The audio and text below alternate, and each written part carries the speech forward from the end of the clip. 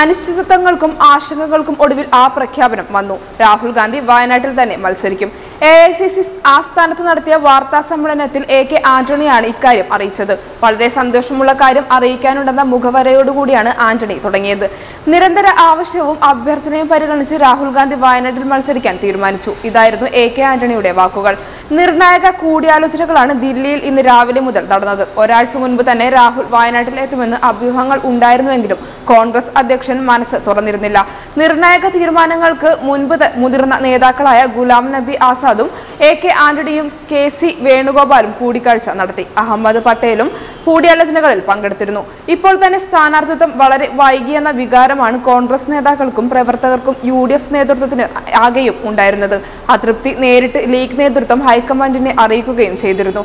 വലിയ മനോവിഷമമുണ്ടെന്നും തീരുമാനം വൈകരുതെന്നും ഇന്ന് രാവിലെയും KPCC അധ്യക്ഷൻ മുല്ലപ്പള്ളി രാമചന്ദ്രൻ പ്രതികരിക്കുകയും ചെയ്തിരുന്നു.